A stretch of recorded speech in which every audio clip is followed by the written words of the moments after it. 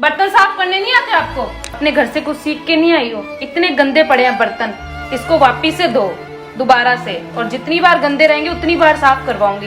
इतनी गंदगी लगी हुई है, इस बर्तन में खाएंगे हम।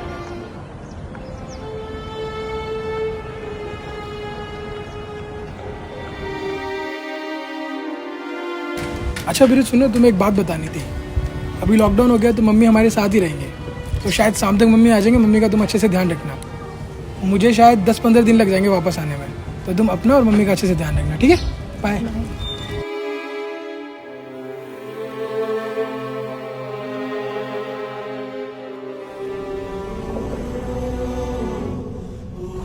ऐसे मुझे नौकरानी की जरूरत तो थी, मम्मी जी भी आ रहे हैं, अब मैं उनसे ही सारा काम करवाऊंगी।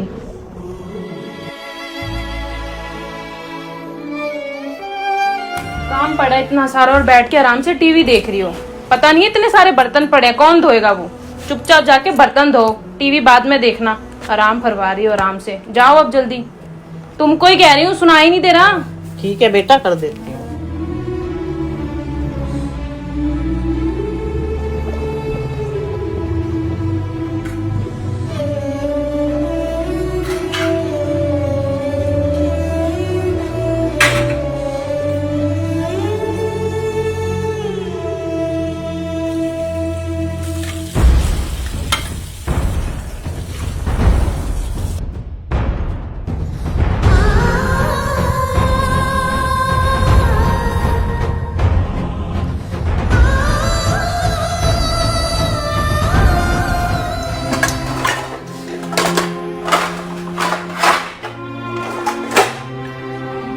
मम्मी जी, मम्मी जी, मम्मी जी, आपको सुनाई नहीं दे रहा क्या?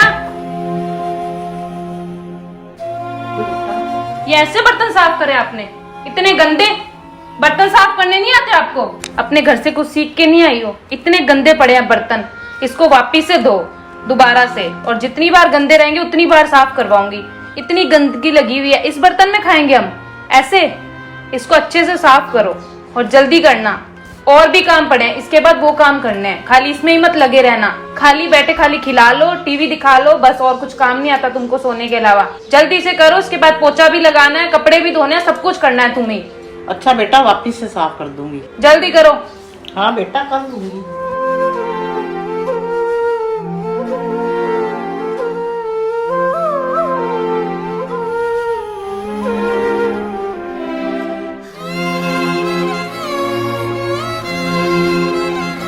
इतनी गंदी चाय बना के लाई हो।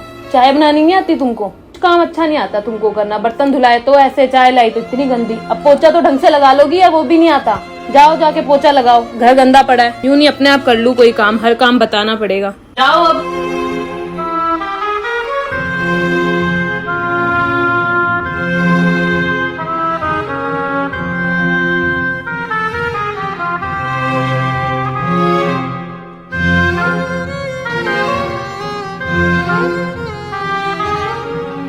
मम्मी जी, वहाँ पीछे भी लगाओ ढंग से, देख नहीं रहा पीछे से इतना गंदा पड़ा है? अच्छे से करो, अब ये काम तो अच्छे से कर दो। कुछ काम करना आता नहीं है बस।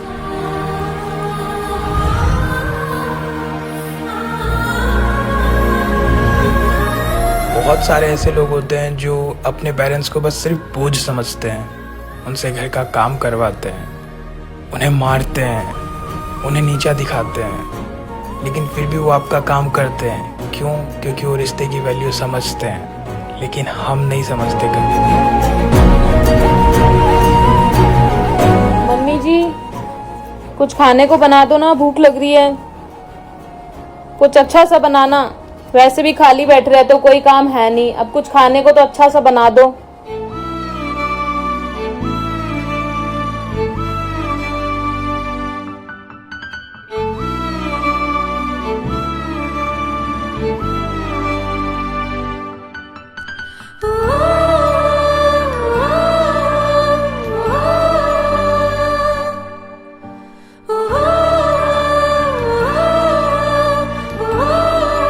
धीरे धीरे मम्मी की तबीयत बहुत ज़्यादा ख़राब हो गई, लेकिन वो फिर भी अपना सारा काम खुद करते थे, किसी की मदद नहीं लेते थे।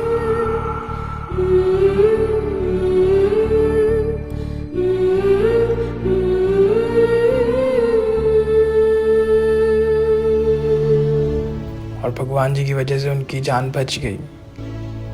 हेलो जी, मैंने आपको इसलिए फ़ोन किया था कि अभी अभी आप कोविड से रिकवर हुई हैं, तो प्लीज़ अपना ध्यान रखिएगा और टाइम पे दवाइयाँ ज़रूर लीजिए। अगर आपके आसपास या आपके घर में किसी को भी कोविड के सिम्टम्स हों तो प्लीज़ टाइम पे दवाइयाँ लीजिए और उनसे दूरी बनाए रखिए। बस जी हाँ, इसीलिए फ़ोन किया था मैंने। ठीक है, चलिए ध्यान रखिएगा अपना। लेकिन उसके बाद मैं पॉजिटिव हो गया और मेरी वाइफ मुझे छोड़ के चली गई, लेकिन मेरी माँ ने मेरा ख्याल रखा। उन्हें यह बात पता थी कि अगर वो फिर से पॉजिटिव हुए तो उनकी जान को खतरा हो सकता है। उसकी परवाह किए बिना उन्होंने मेरा ध्यान रखा। अच्छा प्रीत, तुमसे एक बात करनी थी। मैं सोच रहा हूँ मम्मी को हम अपने साथ ही रख लें। वो भी अकेले रहते हैं और अभी भी लॉकडाउन चल रहा है, तो हम मम्मी को हमारे साथ ही रख लेते हैं और तुम भी खुश रहोगी, मम्मी भी खुश रहेंगे हमारे साथ रह के। पागल हो क्या? मैं नहीं रह सकती उनके साथ, मेरे से इतना काम नहीं होगा। उनके साथ रह लो या मेरे साथ रह लो, आप उन्हें ओल्ड एज होम भेज दो। क्या कहा तुमने? मैं अपनी माँ को ओल्ड एज होम में भेज दूँ? तुम्हें शर्म नहीं है ये बात बोलते हुए? एक्चुअली मेरी माँ तुम्हें समझ ही नहीं पाई। वो कहते थे कि तुम उनकी बहुत अच्छी बहू हो, लेकिन तुम ऐसा कहोगे कि मैं उनको ओल्ड एज होम में भेज दूँ? मुझे तुमसे ये उम्मीद नहीं थी। तुम्हें पता भी एक माँ का प्यार क्या होता है, एक माँ का दर्द क्या होता है?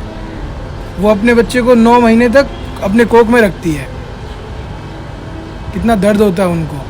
और तुम कह रहे हो कि मैं अपनी माँ को ओल्ड एज होम में भेज दूँ? तुम्हें क्या पता एक माँ का प्यार क्या होता है? खुद भूखे पेट रहकर अपने बच्चों का पेट भरती है, खुद ना सोकर अपने बच्चों को अच्छी नींद देती है, खुद काम करके अपने बच्चों को अच्छी ज़िंदगी देती है। और तुम कह रही हो उस माँ को मैं अपने से दूर कर दूँ, उनको ओल्ड एज होम में भेज दूँ? पता है तुम्हें ये सब चीज़ें समझ नहीं आएगी, क्योंकि तुम अभी माँ नहीं बनी हो ना। जब तुम माँ बनोगी तब तुम्हें पता चलेगा कि एक माँ का प्यार क्या होता है, एक माँ को दर्द कितना होता है जब उसको अपने बच्चे से दूर करते हैं। मैं सोचता था कि अगर तुम्हारे भरोसे मैं अपनी मम्मी को छोड़ के जाऊँगा तो तुम उनका ख्याल रखोगी। मुझे नहीं पता था तुम मम्मी के साथ इतना बुरा करोगी। जब मैं प्रॉब्लम में था, बीमार था, तब तो तुम तो छोड़ के चली गई थी, लेकिन मेरा ख्याल मेरी मम्मी ने रखा था, अपनी जान की परवाह किए बिना। तुमने एक बार भी मुझसे नहीं पूछा कि ठीक हो या नहीं हो। जैसे मैं ठीक हुआ तुम वापस आ गई। मेरी माँ मेरे साथ थी। मैं उनके लिए तुम्हें छोड़ सकता हूँ, लेकिन तुम्हारे लिए उन्हें कभी नहीं छोड़ सकता, क्योंकि ऐसी माँ है ना, बहुत मुश्किल से मिलती है। तुम्हें समझ नहीं आएगी ये बातें। पता है माँ का प्यार बहुत कम लोगों को नसीब होता है। हम लोगों को हुआ है और हम लोग उनकी कदर नहीं कर रहे। हम लोग उन्हें ढंग से खाना नहीं देते, हम उनकी केयर नहीं करते, जबकि बचपन में हमारी मम्मी हमारा कितना ख्याल रखती है, बिना कहे हमें सब कुछ दे देती है। लेकिन हम अपनी माँ को प्यार तो दूर की बात है, हम उन्हें साथ भी रख नहीं पाते। लेकिन तुम्हें पता आज के टाइम में क्या हो रहा है? तुम जैसी कुछ औरतों की वजह से हम अपनी माँ को प्यार तो नहीं दे पाते, प्यार तो दूर की बात है, हम उन्हें साथ रख नहीं पाते। तुम जैसे कुछ औरतों की वजह से, तुम जैसी कुछ औरतें ना अपना ही घर खराब कर देती है, बर्बाद कर देती है, अपने बच्चों को अपने पेरेंट्स से अलग कर देती है, जबकि यही टाइम होता है कि हम अपनी मम्मी की केयर कर सके। बचपन में वो हमारा इतना ध्यान रखते हैं। बचपन में जब भी हमें एक खरोच लगती थी ना, तो मम्मी को बहुत दर्द होता था, और आज हम उसी माँ को हमसे दूर कर दें, वो भी तुम्हारे कहने पर, ये पॉसिबल नहीं है। वैसे एक बात बताना, तुम अपनी माँ की कदर करती हो? हाँ करती हूँ। क्यों करती हो? क्योंकि वो मेरी माँ है। अच्छा, वो तुम्हारी माँ है, तो फिर तुम अपनी सास की कदर क्यों नहीं करती? वो भी तो तुम्हारी माँ है ना।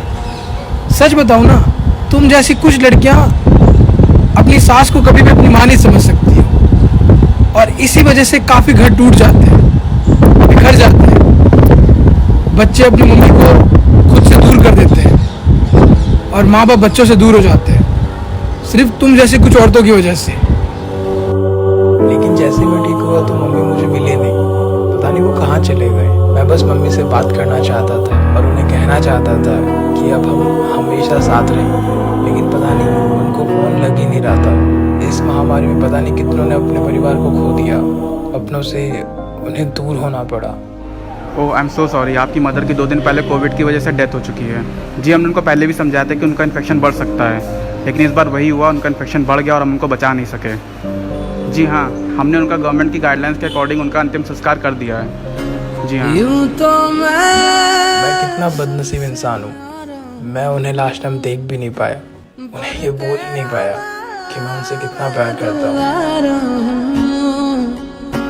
दुनिया में जीने से ज्यादा उलझन है माँ, तू है अमर का जहां।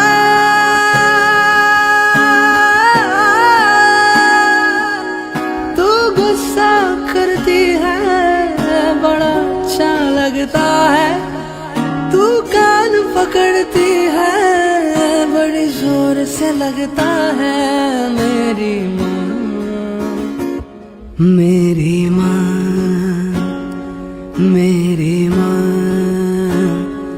प्यारी माँ। हमें हमेशा तभी किसी इंसान की वैल्यू समझ में आती है जब वो हमसे दूर हो जाता है। तब हमें लगता है कि काश वो हमारे पास होता, लेकिन तब तक बहुत देर हो चुकी होती है। एक्चुअली इस वीडियो में जो मैसेज है ये हम सभी के लिए बहुत ज़रूरी है, क्योंकि आज के टाइम में ऐसे काफ़ी लोग होते हैं जो बड़ों का रिस्पेक्ट नहीं करते हैं, उन्हें हमेशा नीचा दिखाते हैं, उनके साथ हमेशा गलत व्यवहार करते हैं। तो ऐसा ना करें, क्योंकि हमारे पेरेंट्स हमारे लिए इतनी मेहनत करते हैं, हमारे लिए इतना कुछ करते हैं, हमारे लिए सहन करते हैं, और हमें फिर भी वो आगे बढ़ाते हैं। हमसे कभी भी वो अपनी प्रॉब्लम शेयर नहीं करते हैं, क्योंकि हमें प्रॉब्लम ना हो किसी तरह की। तो आप हमेशा उनकी रिस्पेक्ट करें, उनका साथ दें, ना कि उनको आप नीचा दिखाएं, उनकी आप मदद करें। तो इस वीडियो को आप अपने सभी दोस्तों के साथ शेयर करें, अपनी फैमिली मेम्बर के साथ शेयर करें, क्योंकि इसमें जो मैसेज है ना वो बहुत ज़रूरी है। और उन तक ये मैसेज पहुँचाइए कि हमारे लाइफ में कितनी वैल्यू होती है पेरेंट्स की, और हम उनके साथ कभी गलत करते हैं तो ये बहुत गलत बात होती है। तो आप लोग ऐसा ना करें। तो आप कमेंट करके बताइए कि आपने कभी ऐसी हरकत की है, और अगर की है तो आपको कभी भी गिल्टी फील हुआ है तो आप लोग कमेंट करके बताइए। मैं आप लोगों के कमेंट पढ़ रहा हूँ। और मैं आप सभी से कहना चाहता हूँ कि काफ़ी दिनों के बाद वीडियो पोस्ट हुई है, क्योंकि बीच में मेरी तबीयत ख़राब हो गई थी। तो अब से वापस रेगुलर वीडियो आएगी, तो आप लोग देखिएगा और इस वीडियो को बहुत ज़्यादा शेयर कीजिएगा और हमेशा की तरह प्यार दीजिएगा और हमेशा से मुस्कुराते रहे, खुश रहें। Thank you.